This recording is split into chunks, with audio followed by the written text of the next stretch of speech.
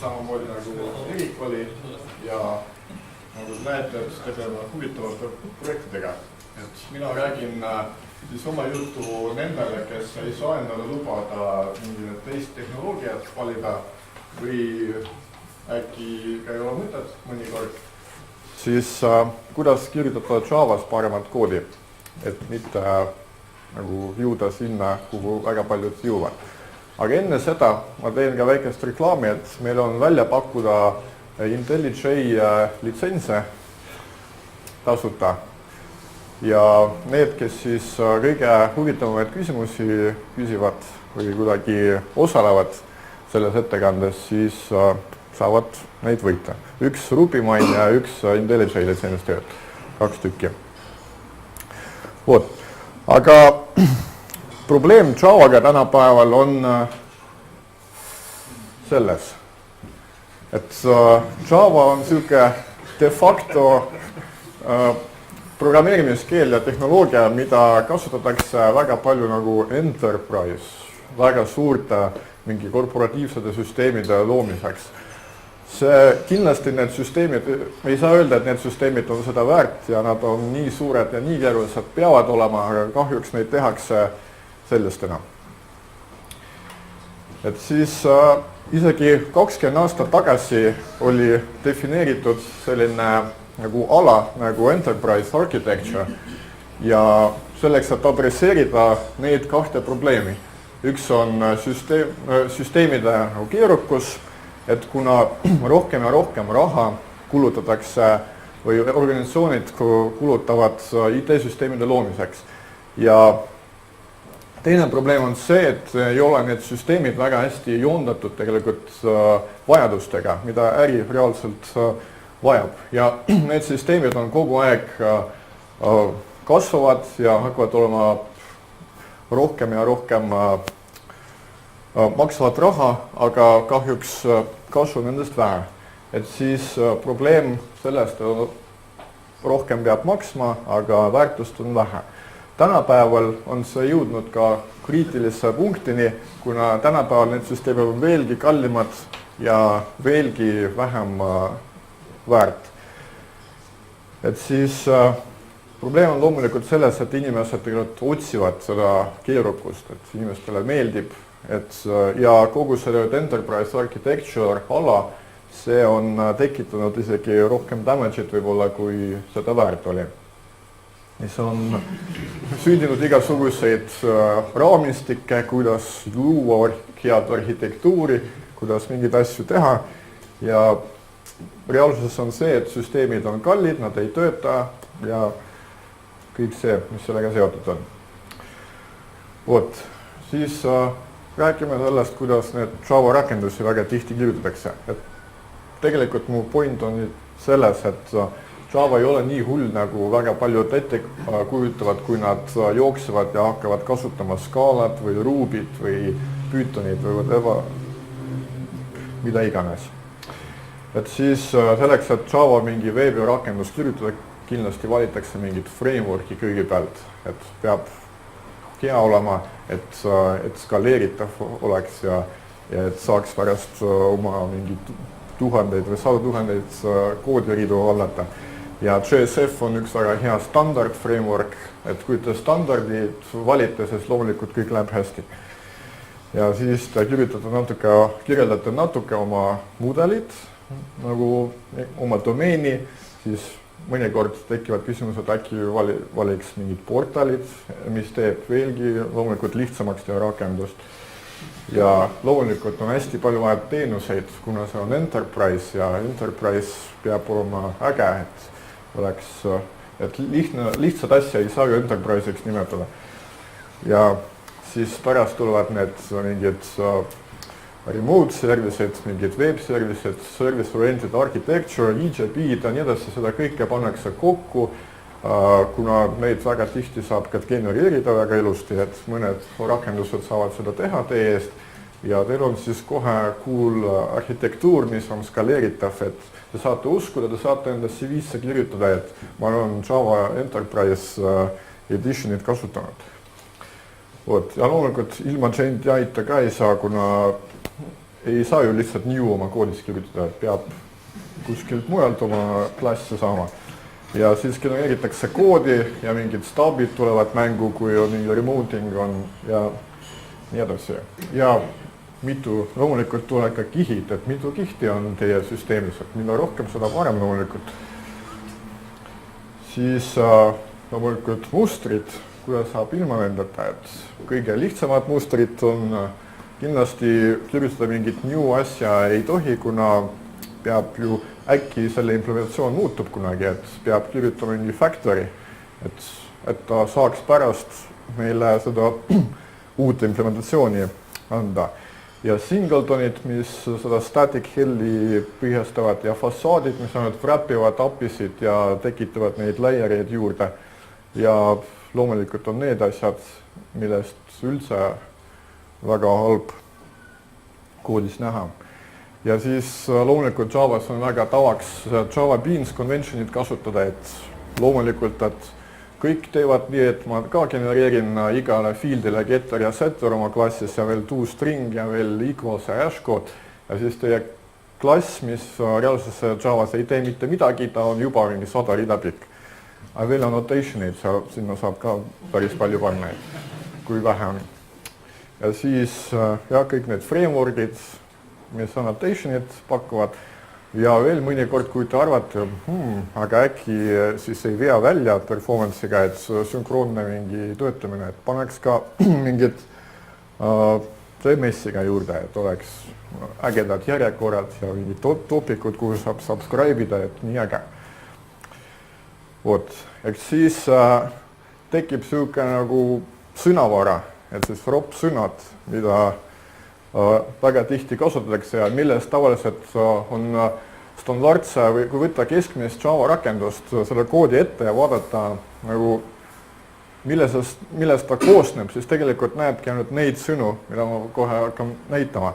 Et seda reaalset äriloogikat ja seda, mida reaalselt see programm teeb, seda on väga keeruline sealt üles leida. Ja sellepärast väga paljud arhitektid mõnedest suurtest Eesti firmadest räägivad, et kirjutagu kogu business loogikat peale SQL-i, kuna seal vähemalt saab seda üles leida ja seda saab vähemalt lugeda, kuna Javast enam mitte midagi ei näe.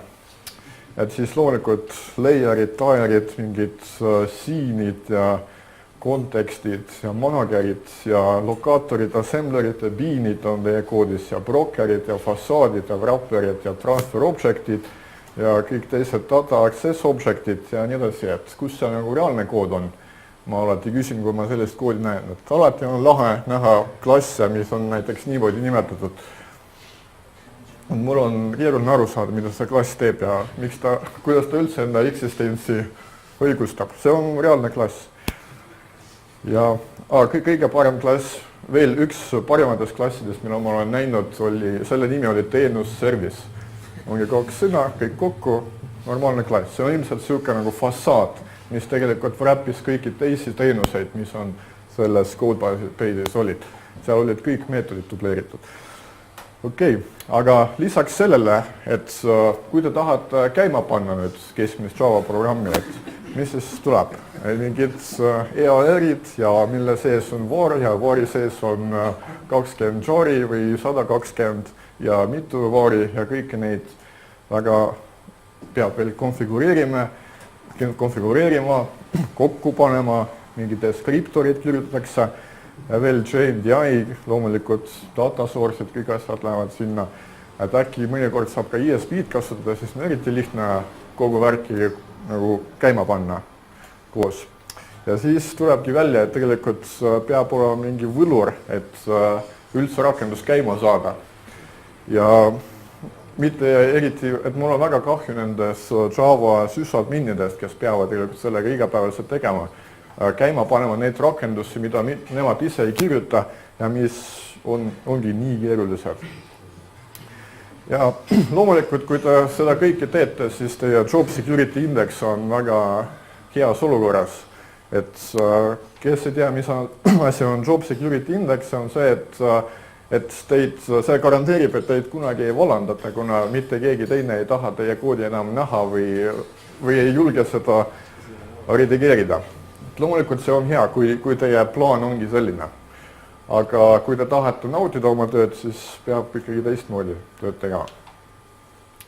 Et siis veel natuke halbu näited, et näiteks ka peaaegu reaalses elus, et kui te tahate mingit väikest funktsionaalsust oma koodi lisada, siis loomulikult tehakse mingi manage bean kuskile UI-sse, siis mingit wrapper, mingi local service, siis see kutsub välja mingid core service'id, millel on oma impl ja siis mingi veel aggregated service, mingi konkreetne service, pärast on mingi DAO ja DAO mingid JPA adapterid kutsub välja ja mis reaalsus lõpus teeb mingid asja ja siis tagastab läbi selle ahela seda mingi värki tagasi. Et kui seda kõike vaadates on päris kohe nähtav, et refactoring on peaaegu välistatud. On väga keeruline teha, ei tasu kunagi ära. Et siis produktiivsus on ära tapetud, inimesed ütlevad, okei, ma pigem kasutan mingit Railsi, seal ma saan olla produktiivne. Ja teil tekib tuhandeid ridu, mis ei tee midagi, teie äriloogika on ära peidetud ja siis loomulikult teie deploy time, teie rakenduse deploy time on hästi mitu minutit ja serveri startup, application serveri startup on ka veel lisaks hästi mitu minutit ja just sellepärast ma arvan, JRePL oligi välja mõeldud. Aga te saate ka ilma hakkama, kui te kirjutate korralikult oma koodi. Et Ruby mehed JRePLit ei kasuta, et ma vabandan, JRePL kindlasti on väga hea riist, aga ma ei ole seda ise kunagi vajadust tundnud. Isegi vaadates sellele, et ma olen peaaegu enamus ajast olen Javas kirjutanud. Ja tasuta reklaam on teretulnud. Mis see? Tasuta reklaam on teretulnud. Ei, muidugi. Ja siis loomulikult mõnikord redeploy töötas, te peate kogu värki ära restartima ja tegelikult ja build ka võib võtta kuni mingi 30 minutit, sellest ma olen ka kuulnud ja näinud. Et siis, ja lõpuks, kui teil on nii palju kihte neid ja rakendus ka ei performi hästi, et siis sama rakendus tööd, kui võttes seda sama Jetit, me oleme pannud täpselt samad rakendus samas masinas Jeti alla ja WebLogicu alla käima ja oli silmaga nähtav, kuidas Jeti all sama rakendus performib ikkagi vähemalt 3 korda kiiremini. Et see on tegelikult väga kohutav, kuidas saab keerulist koodi kirjutada ja kuidas ta teie rakenduse kiirust efektib. Vot, mida siis teha? Siis kontsentreerige oma koodis domeeni terminoloogiale ja sellele, mida te reaalselt teete. Ärge võtke eesmärgiks, et teie klassid kindlasti peavad olema service'id või ressurssid või mingid adapterid või wrapperid, et kirjutage oma äriterminites koodi, selleks, et ta oleks loetav ka mitte äkki programmeerimine. Täiesti võimalik on seda Javas ka teha. Ja tegelikult see oli objektorienteeritud programmeerimise põhimõte, et niimoodi kirjutada. Selleks oli objektorienteeritud programmeerimine välja mõeldud, mitte selleks, et sinna mingid brokerid ja service'id tekitada nii palju suurtes kogustes. Ja ärge kirjuta, juhul kui te ei kirjuta ise mingit raamistikku, siis te ei pea liiga palju mitte usaldama oma koodi, enda koodi ja oma kolleegide koodi. Et ei pea seal absoluutselt igat asju kontrollima ja nii edasi. Et kui see kood on teie kontrolli all, siis te võite vabalt seda ise näha ja verifitseerida, aga pigem testidega, et see töötab. Mitte nagu bloatida oma koodi mingi jamaga, mis ei anna mingit ärilist väärtust. Ja väga hea raamat, Clean Code, Bob Martini oma, et seda kindlasti tasub lugeda. Java ise, ta on loomulikult selle JCP ehk Java Community protsessi ohver, ehk siis seal muudatused viimasel ajal toimuvad väga aeglased just sellepärast, et liiga palju demokraatiat ja need JSR-id, mida nad produtseerivad ka tegelikult on hästi mittereaalsed, kuna seal on selline klassikaline nagu design upfront värk, et kõik need enterprise tehnoloogiad, mis Javas eksisteerivad, et neid pigem tasub vältida, kuna nad ei ole mõeldud reaalseks eluks ja reaalseks maailmaks. Siis on hästi palju Javas mingid lihtsaid ja ilusaid open source raamistikke ja asju, mida võiks kasutada, mida vähem mingid standarde ja mingid JSR-i nad implementeerivad, seda parem, siis nad ei ole seotud nii palju nagu kinni, et nad arenevad lihtsamini, efektiivsemalt. Ja Java keel tegelikult ise on väga okei, kui te kirjutate seda korralikult. Et ei pea need getterid, setterid igal pool kasutama, kui nad õigustatud ei ole. Ja Javas on ainus asi tegelikult, millest mina puudust tunnen, on closure'id, et saaks niimoodi, nagu Erik näitas, koodibloki edasi anda. See loodetavasti on tulemas Java 1.8-ga. Java 1.7 nüüd on väljas ja seal on olemas using keyword, et sellest võib juba päris palju kasu olla. Ja DSL ka saab Javas kirjutada, et Mockito ja Lambda.j on väga head näited, et tegelikult ei ole palju hullem kui teistes keeltes, lihtsalt võib-olla sulud ei ole optionalid väga paljudes kohtades. Vot, ja kui koodistiili peale siis rohkem mõelda, siis mõelge, et teil kindlasti firmades on mingid koodistiili kokku lepitud, kuidas te Javat kirjutate, et mõelge, äkki see limiteerib teie koodi loetavust, et äkki te ei pea igale poole neid sulge panema, et mõnikord äkki saab ilma hakkama, mõnikord saab üherealiselt kirjutada. Et siis no, näiteks, kui teil mingi if on, et te võite kirjutada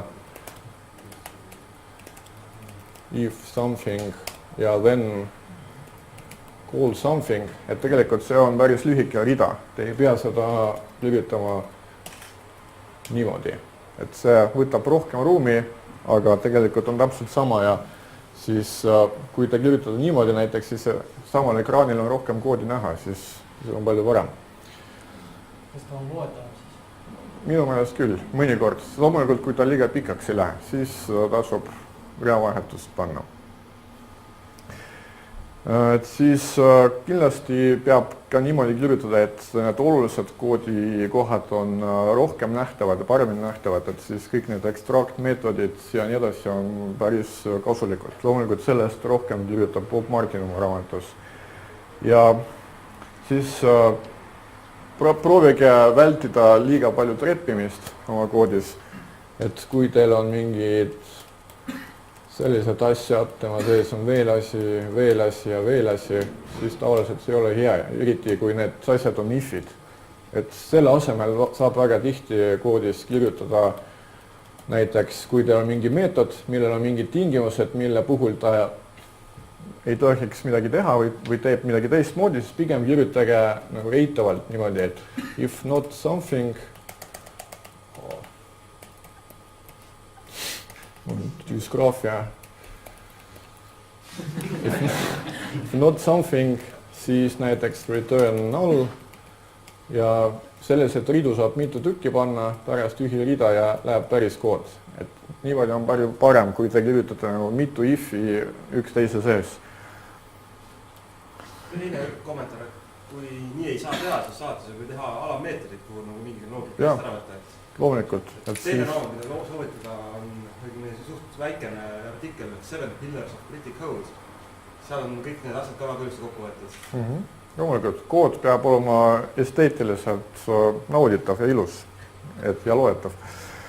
Et siis loomulikult selle asemel, et ka väga palju kommentaari kirjutama, kui te peate kommentaari kirjutama, siis pigem nagu rename'iga oma meetodid või extractige meetodid, et oleks selge, mida ta teeb.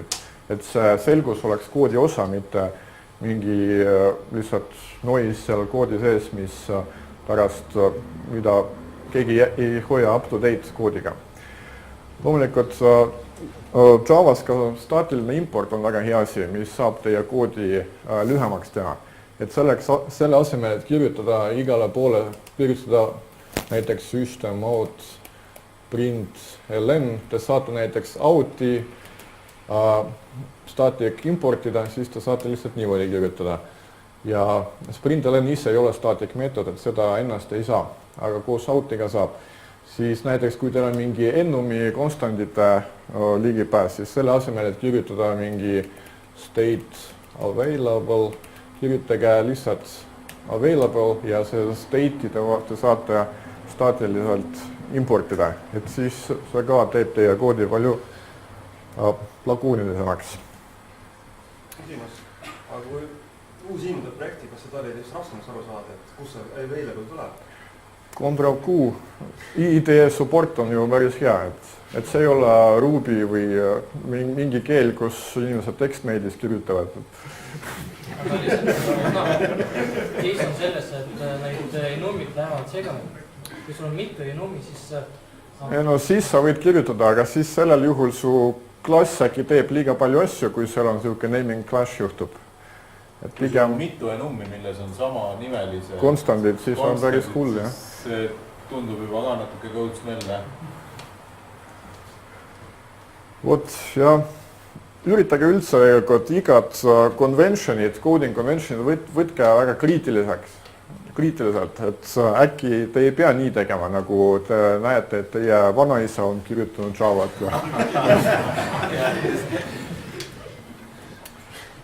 Vot. Kuidas nüüd minu meelest normaalne Java rakendus võib välja näha? Tegelikult ma ei teadnud, millest täpselt Erik täna räägib, aga ta näitas väga head ka Java rakendust, et tegelikult kui seda sama asja Javas kirjutada, ta oleks umbes sama. Seal väga palju erinevust ei oleks. Et siis Jetty Launcher samamoodi ma soovitaks teile. Ja mina tegelikult kogu minu kood, mida ma kohe teile näitan, ta on olemas GitHubis. Et te saate ka enda rakendusse template'id kasutada. Nüüd ma soovitan teile teada, kuidas need API-d töötavad, need basic API-d. Ja tegelikult REST-i saab implementida väga hästi kasutades ainult servleti. Aga ma näitan teile midagi enamat. Ja siis üritage loomulikult mitte kasutada mingit Oracle spetsiifilisi asju või mingi WebLogic spetsiifilisi asju enda koodis, isegi siis, kui teie klient ütleb, et peab WebLogicus jooksma, et teist varianti ei ole, et see on ju enterprise ja kui asja ei maksa $1 000 000, siis seda ei ole väärt käivitada.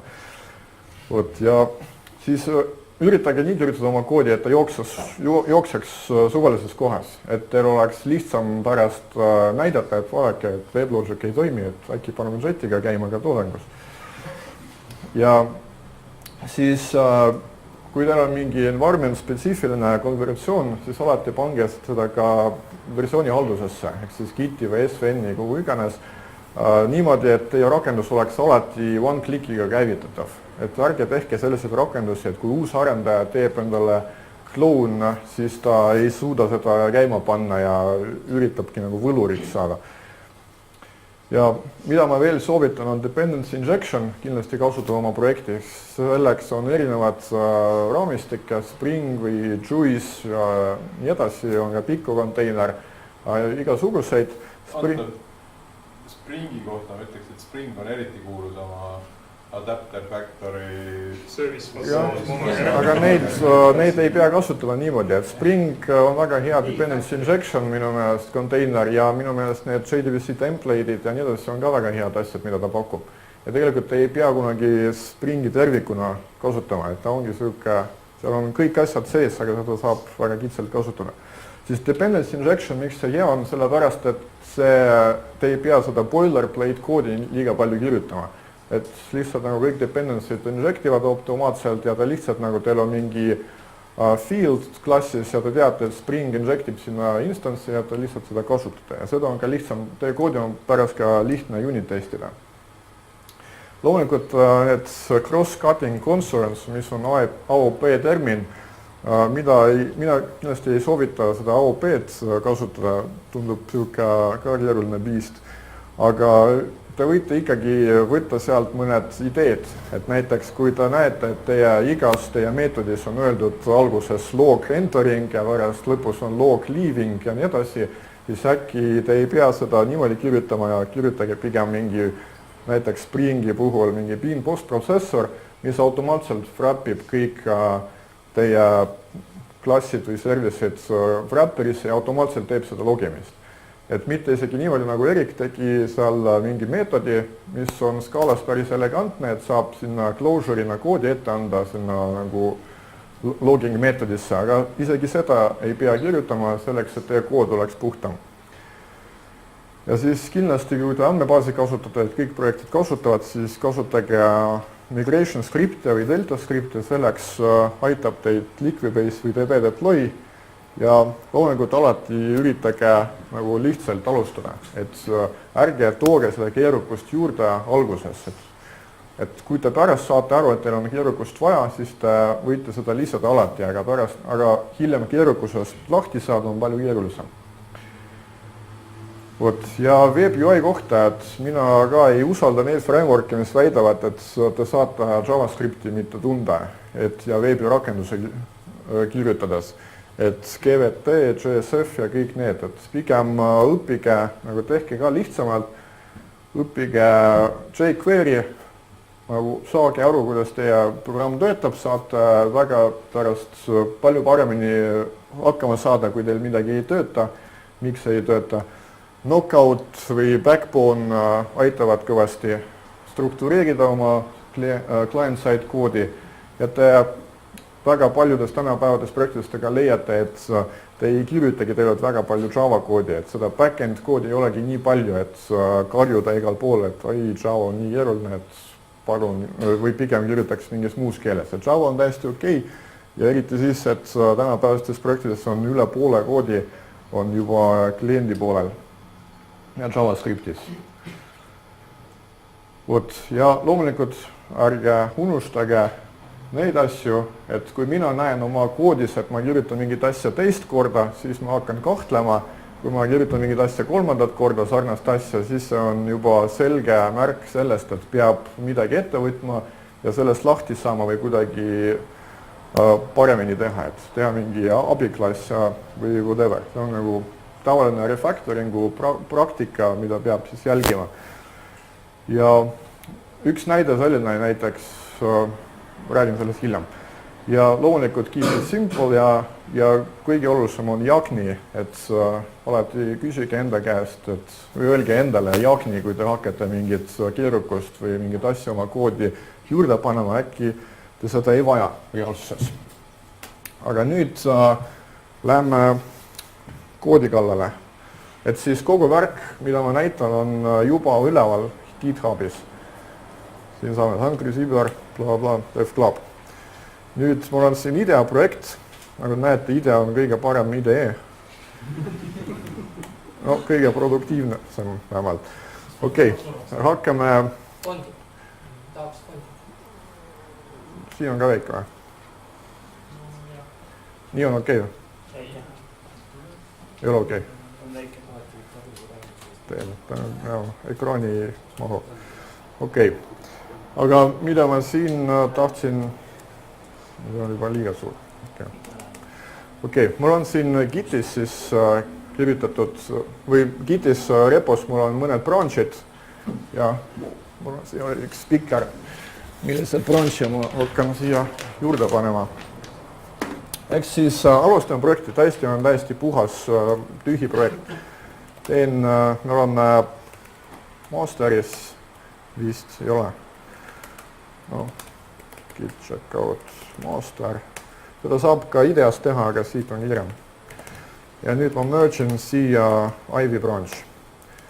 Ivy on üks hea vahend, palju varem kui Maven, et vältige palun Mavenit, kuna ta genereerib teile liiga palju, liiga keerulist asja. Sellel samal põhjusel ma ka kardan seda Ruby on Railsi, kuna kui ma lasen ta migreerida või genereerida mulle projekt, siis tavaliselt ta on nii juba keeruline kohe alguses, et see ei ole see, kuidas mina olen harjunud tööd teha. Sama nüüd, mis Java, see ei peagi teha. Jah, no sellepärast Mavenit ei peagi kasutama. Et ilma Mavenit on palju parem. Ant on väga hea panna vahend, mis töötab ja siin ma näitan teile väga lihtsa Anti template'i, kus on olemas üks target nimega fetchjars. See on dependency manager.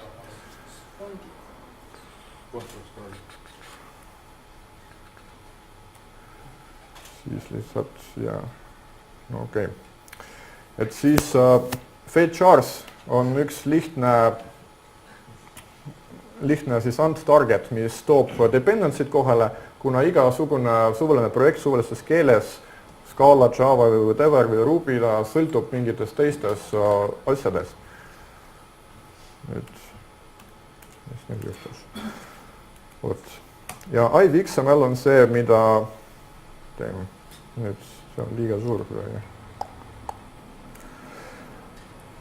IVXML on selline väga kompaktne. Kui te olete Maveni POM XML-i näinud, siis ta on tõeline monster võrreldes sellega, et siin on üherealised dependency kirjeldused. Et miks Maven niimoodi ei teinud, ma ei saa aru.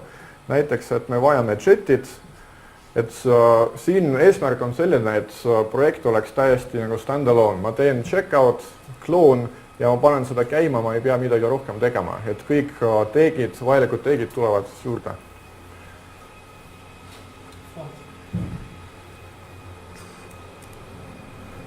Oli juba 16 alguses by default, aga ma settinguts panin 16, aga tere.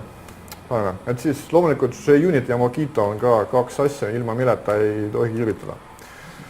Vot, nüüd läheme edasi. Nüüd ma panen git merge launcher. Saame siia IVXML-i natuke dependency'd juurde, launcher, Java, SRC kataloog tekkis ja mingi veebirakendus ka. Et siis, kui me vaatame nüüd IVXML-i, siin on nüüd juures Jeti web app siia tuli juurde. See on vajalik selleks, et standardses kujus need veebirakendusi käivitada. Ja kõige lihtsam web app on muidugi selline, lihtsalt indeks HTML sees, rohkem ei ole midagi vaja. Siin on väga cool keeruline web app ja launcher on juba olemas. Launcher on natuke pikem kui Erikul. Fetchars me olen teinud kohe. Ma ei tea, kui kiire siin võrk on. Mul on igaks juhuks need kõrvale kopitud kõik. Seda jälle saab ka IDEast käivitada loomulikult tuleks. Ja on olemas ka mingi IDEA Ivy plugin, aga ma ei ole kunagi viitsinud seda proovida. Et kui me build XML-i siia juurde lisame, siit saab alati double-clickiga fetchars välja kutsuda. Et siis need tulevad need transitiivsed asjad, millest Jeti ise sõltub ja Jeti enda moodulid. Et see viimane Jeti 8 on väga väikseteks mooduliteks jagatud. Nüüd kõik asjad tulid, kui me vaatame, mis seal Libis on, et Libis on mõned jarid, väga ei huvita. See Ivy jari, see build script downloadib ise automaatselt, et ei pea midagi ette omama peale anti. Ja nüüd ma kontrollin, kas siin see projekti setup on õige IDEas, et kas ta näeb neid dependency'd. Ta siin juba mingid face'id pannud, viskame neid ära. Ja siin on dependencies, liib on olemas. See liib ise on, IDEas on selline väga hea feature, et saab panna, et see liib kataloog ongi koht, kus on need jarid. Et kui uued jarid tekivad sinna liibi, siis nad on kõik automaatselt class path'is, et ei pea rohkem selle peale muretsema. Nüüd midagi siin IDEA refreshinud see kord. Ma panen nupu, nüüd ta ilusti kõike leidis. Ja nüüd ma panen lihtsalt Ctrl-Shift-F10 IDEas, nagu ikka panen launcheri käima. See on main meetod, et ma ei deploy, eriti arendamise ajal, ma ei deploy seda kuskile rakendusserverisse. Mul ei ole sellist asja, et järelde jookseb rakendusserver, ma deployin sinna oma veebirakendust ja siis ta kuidagi võtab aega ja selline error prone ja pärast on class loaderidega mingid probleemid ja te kulutate aega, et ei saa aru, mis asi on. Et eriti arendamise ajal on palju parem, kui teie terve rakendus siis lihtsalt niimoodi main meetodis käivitub. Teil ei ole vaja mingit veebiaplikatsiooni või veebiarenduse supportiga oma IDE-sse. Et kui teil on Eclipse või IDEA, siis kui IDEA Community Editioniga, mis on tasuta, saab ka väga hästi seda arendada. Teil on lihtsalt main meetod, panete käima, siis teie server käib, siis paneme browser, käima localhost, hello. Kõik on hästi ja näete, et käivitub ka mingi 1 sekundiga, et veel ei ole JRebelit vaja. Nüüd siin on üks veel väike trikk, et seda on vaja nendele vaesetele inimestele, kes kasutavad mitte normaalset opsüsteeme, selleks, et kuna Windows ta lukustab faile, mis on avatud, siis selleks, et Jeti ei lukustaks neid, siis Windowsis on vaja sellist konfi parameetri anda, siis ta töötab vist aeglasemalt, aga ma arvan, et Windowsi inimesed on sellega harjunud.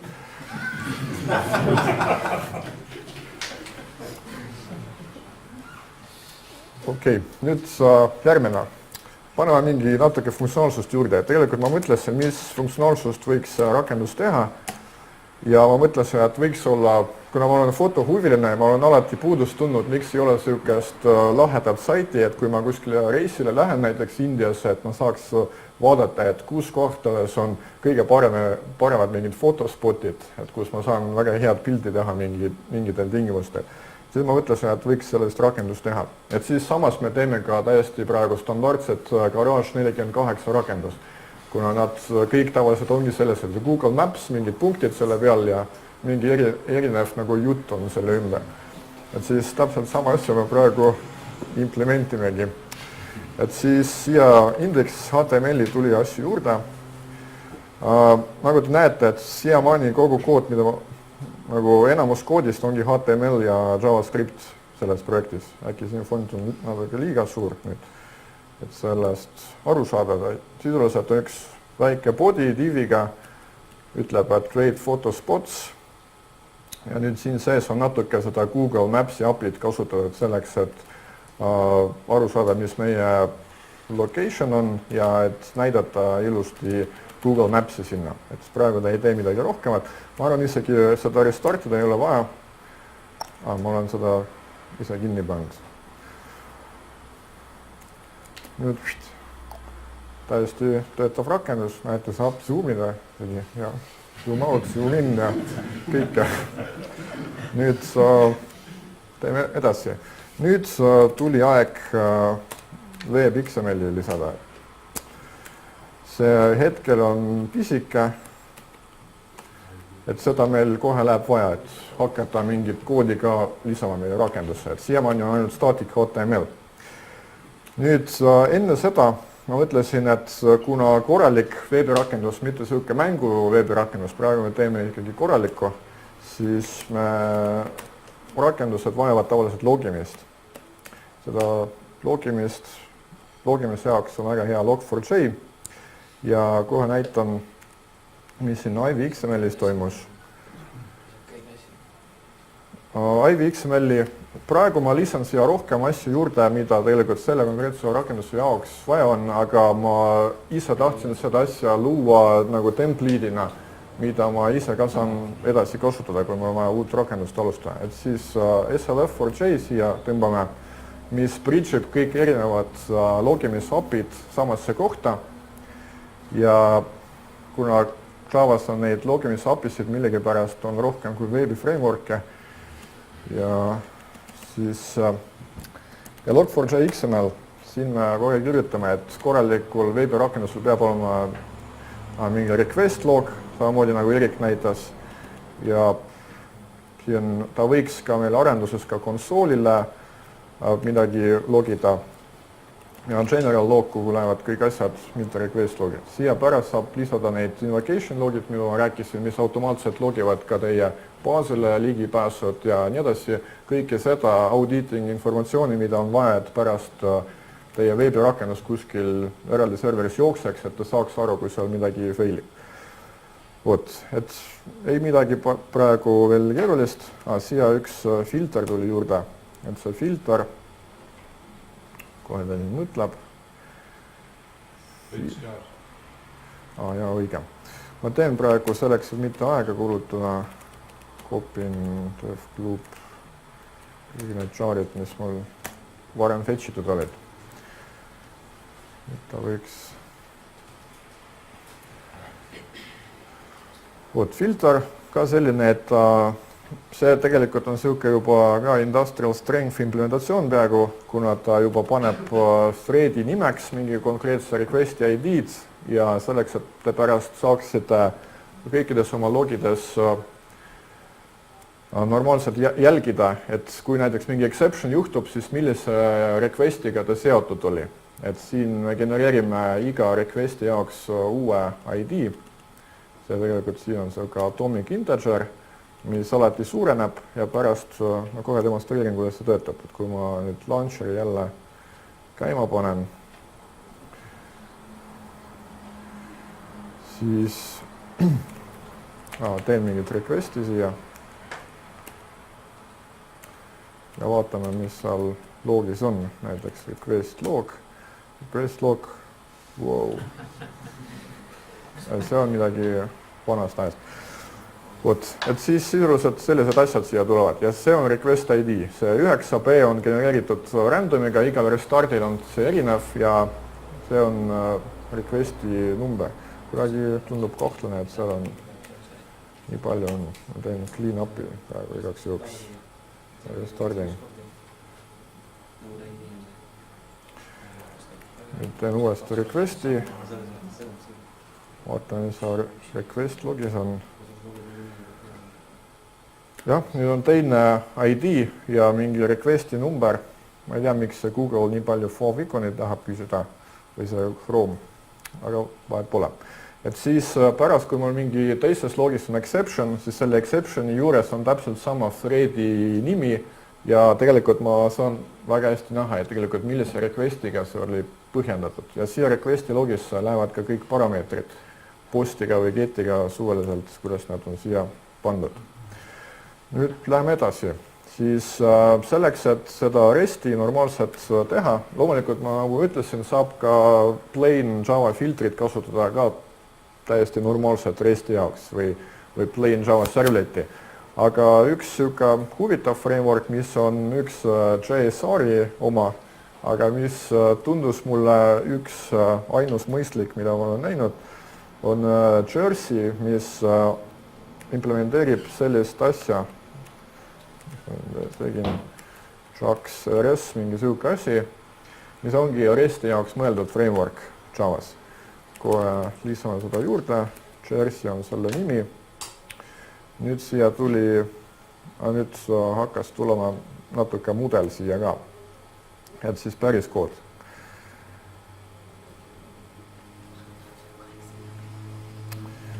Okei, siis no mingi kood, see kood jälle on mul ka tegelikult mujalt võetud, see on rohkem asju, kui ma tahaks, et oleks, getterid, setterid, siuke fotospot on siuke mudel, mida mul vaja on.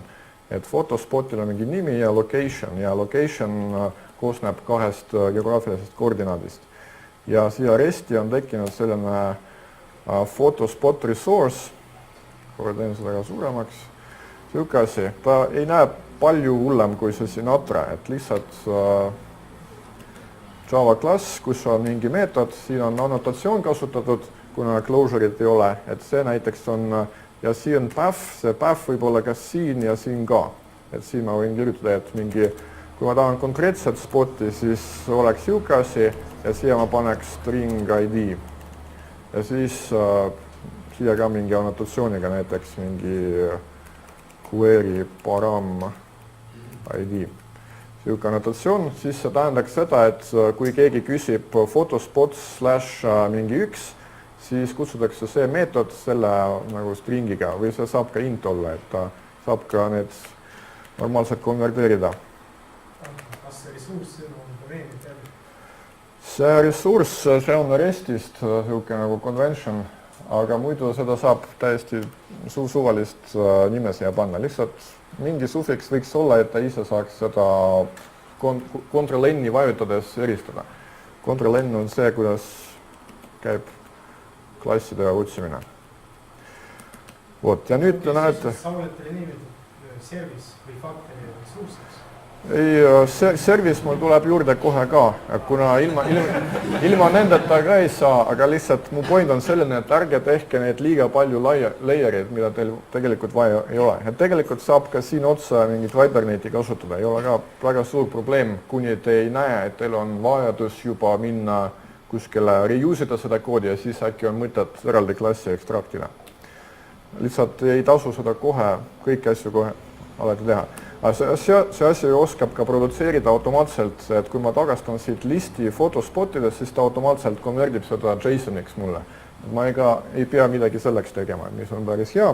Ja samamoodi, kui ma kirjutan siia, et produces lisaks ka tekst XML, siis ta oskab ka XML-iks seda keerata. Vot, no siuke lihtne asi. panen käima.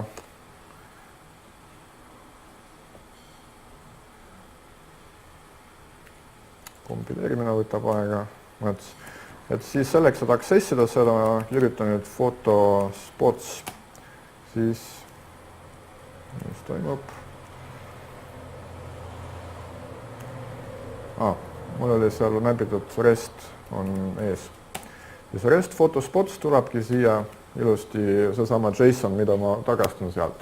Ja nüüd see on väga mõistlik kasutada REST-i API-t ja nüüd, kui ma lähen lihtsalt siia, et siia äkki, kas ta veel ei teki siia, aga kohe ma teen, et tekiks. Nüüd ütleme järgmine branch, git merge map with spots. Nüüd ma siin refaktoridasin natuke index HTML-i, et siin läheks, nüüd on index HTML-is, osad asjad on liigunud siia eraldi CSS, eraldi JS klass faili, mõnedele inimestele nii meeldib. Ja siia tuli natuke koodi juurde, et tegelikult jQuery'ga nüüd küsib niimoodi seda REST-i. Et tegelikult mingit väga erilist frameworki ei ole vaja, et täiesti saab veebirakendust kirjutada niimoodi, et teil on serveri poolel on REST ja frontendis on teil static HTML, mis näitab, kas kasutab backbone'i või knockouti ja jQuery't ja niimoodi te saategi väga nagu niisugust normaalset UI'd ehitada, mis tundub ka responsive võrreldes page reloadidega. Ja niisugune jQuery's, nagu näete, on väga lihtne seda JSONit pärida, REST photospots, ta saab siia nendest juba massiivi, siin me itereerime seda ja lisame neid markereid kaardile. Vaatame, kuidas töötab. Tööta nüüd. Org. Nüüd on marker olemas ja ilusti näitab, et see on kohtu otsa vaateplatvorm. Vist on õiges kohas ka. Lähme edasi. Nüüd teeme niimoodi, et saaks uut spoti ka teha. Jälle lisan natuke sinna ressurssi koodi.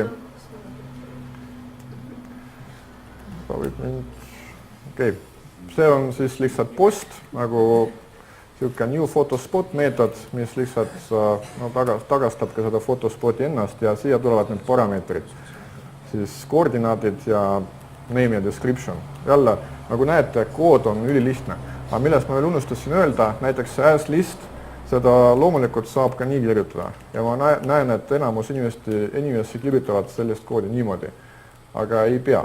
See as list on palju loetavam, seda saab lihtsalt static importida ilusti ja siis kood on selline. Nüüd, kui ma restartin, nüüd kui oleks JRebel, siis ta saaks äkki seda reloadida, aga ma ei tea. Restardib praegu veel piisavalt kiiresti. Nüüd ma saan siia uut lisada. Siin ta detektib automaatselt aadressi, panen description'id, save. Ja teen refresh. Kui ma teen refresh, siis seda punkti veel ei ole, kuna veel seda ei salvestata kuskile. Praegu ta veel jääb kuni te ei tee refreshi. Võtame järgmisse branchi, mille nimi on Spring. Ja introduceme siia Springi. Selleks, et kasutada dependency injection'id. Ja Spring ei toonud väga palju keerukust juurde veel. Siin IVXML-is on mingi kaks asja, mingi Spring Beans ja Spring Web. Meil muud Springi veel ei ole vaja. Vaatame WebXML-i.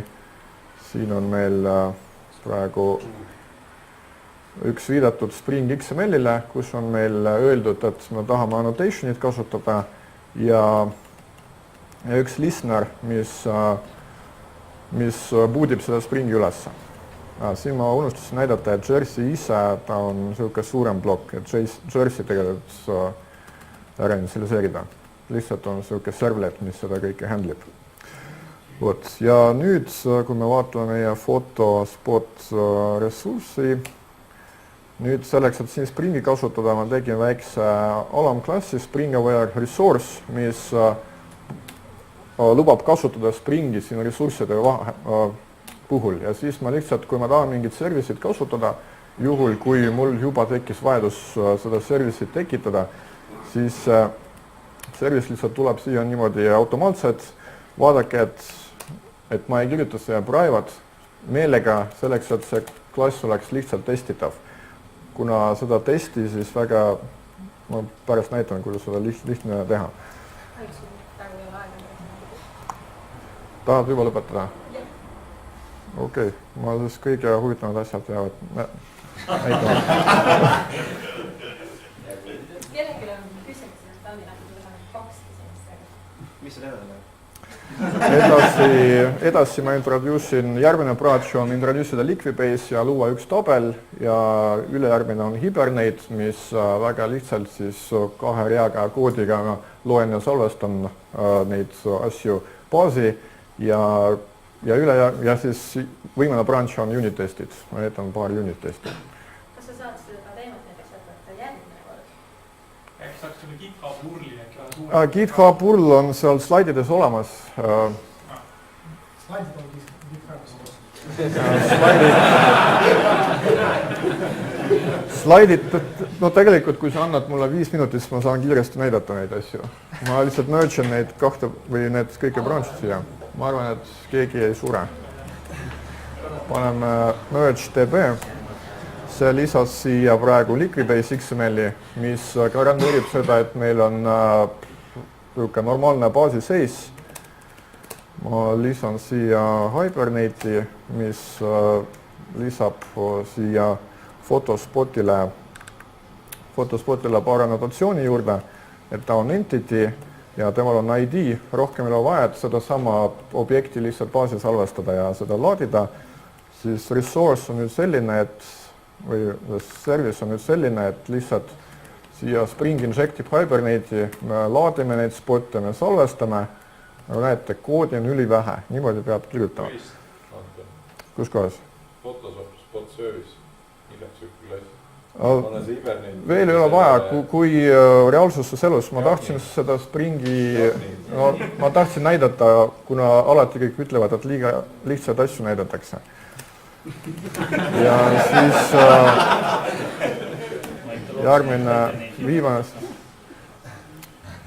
Ja ilma Hibernate'ita saab ka ilusti hakkama saada, aga mulle meeldib tegelikult pigem kirjutada niimoodi ühe reana, kui ma tahan laadida objekti baasis, kui kirjutada käsitsi JDBC. Aga see on niisugune maitse küsimus.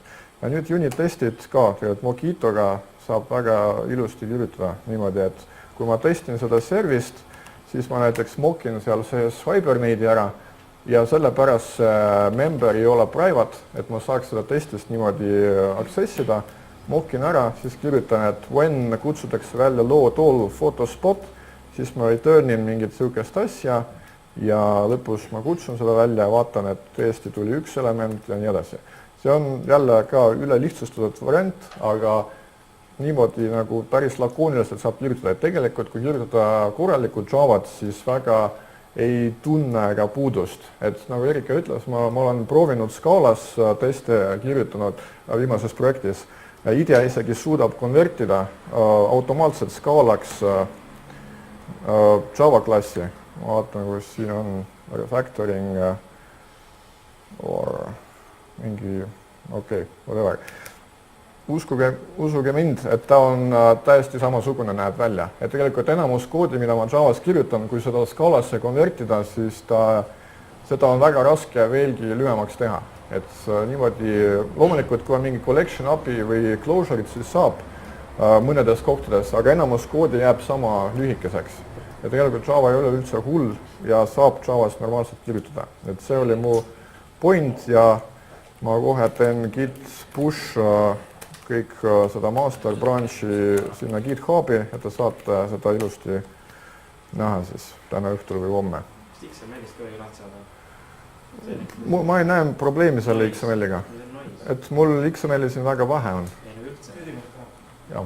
Kui on suurem rakendus, kus on need Springi viime juba 10, paraku üks rakendus tuleb ka ette.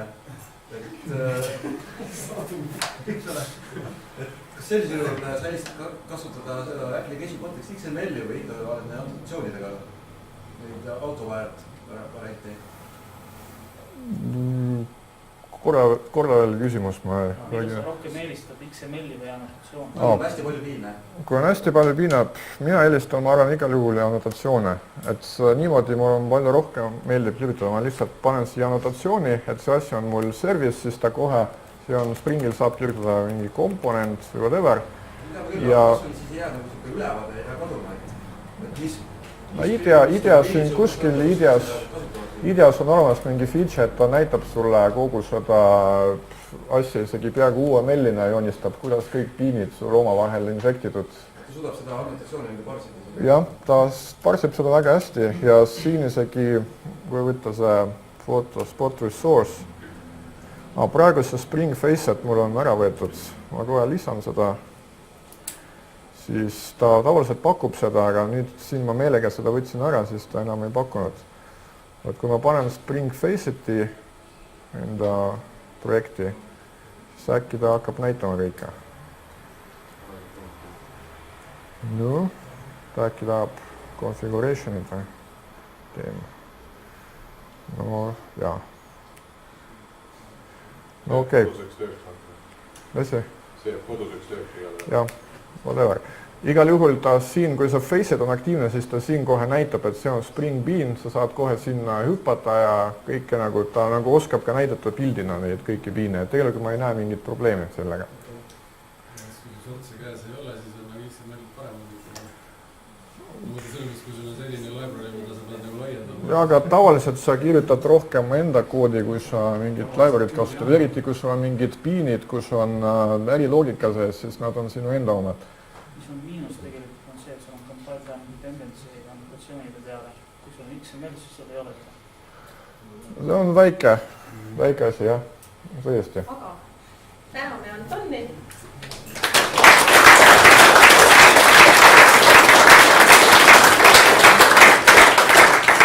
Toon sulle väikse lõigu sellest raamatust, mis sa saad. See raamat on mõeldud